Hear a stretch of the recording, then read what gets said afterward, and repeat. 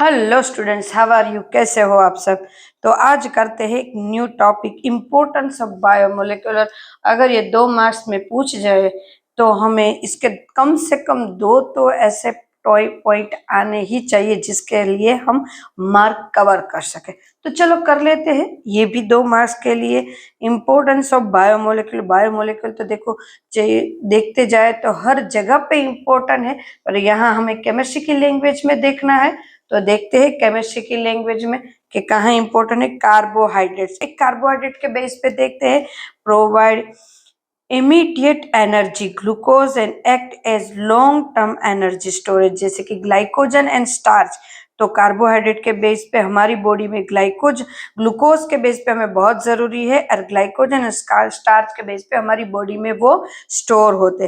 Then protein act as a structure component, collagen, keratin, enzymes for catalyze and antibodies for immunities के लिए enzyme catalyse सब है वो protein से बने हुए हैं।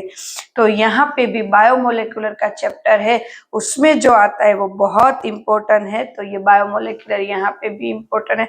फिर उसके बाद है लिपिड्स।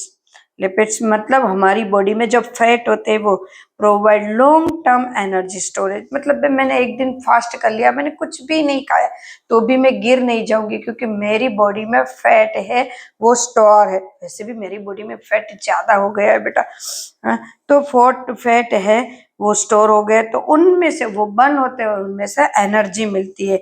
तुरंत एनर्जी लेने की जरूरत नहीं होती। From call cell membrane and act as a hormones में भी, मतलब हॉर्मोन्स जो रिएक्ट कर रहे हैं, वर्क कर रहे हैं सेल मेम्ब्रेन में भी, लिपिड यहाँ पे स्टोरेज होता है। देन है nucleic acid, DNA RNA. Nucleic acid कहाँ पे? डीएनए आरएनए में। जो भी है कार्बोहाइड्रेट्स, मतलब इंपॉर्टेंस ऑफ बायोमोलिक्यूल्स में आते, store, transmit and express genetic information, ensuring growth and reproduction. बराबर है।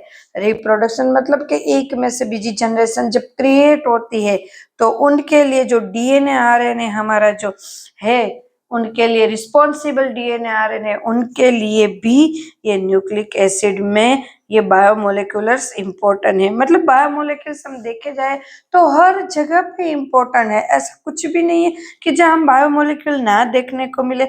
हमारी बॉडी के लिए ही है तो हम अपनी बॉडी के हिसाब से ही देख रहे हैं, बट अपने आसपास एनवायरनमेंट या सब जगह देखे तो बायोमोलिक्यूल्स हमें हर जगह पे यहाँ पे यूजफुल है। देन उसके बाद है एनर्जी स्टोरेज। बराबर है।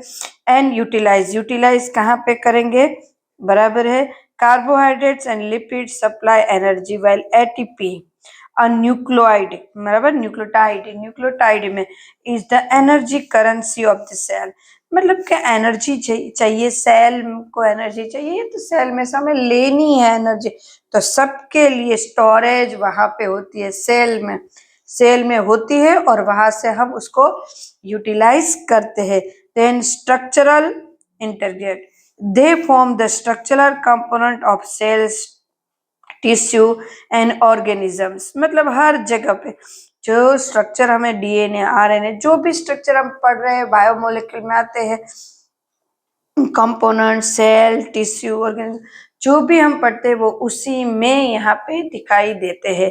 तो बायोमोलिकुलर के ये कितने इम्पोर्टेंट जो टॉपिक है हमने अभी लिए हैं, अभी भी बाकी है, लेते हैं साथ साथ में। नेक्स्ट है metabolics control. Protein known as enzyme catalyse nearly every biomedical reaction sustaining life. मतलब बायोमेडिकल है वो मेटाबॉलिक है, वो उसको कंट्रोल करने के लिए भी हमारी बॉडी में इम्पोर्टेंट है, उनमें भी बायोमेडिकल है, वो बहुत ही अच्छा रोल वर्क करता है।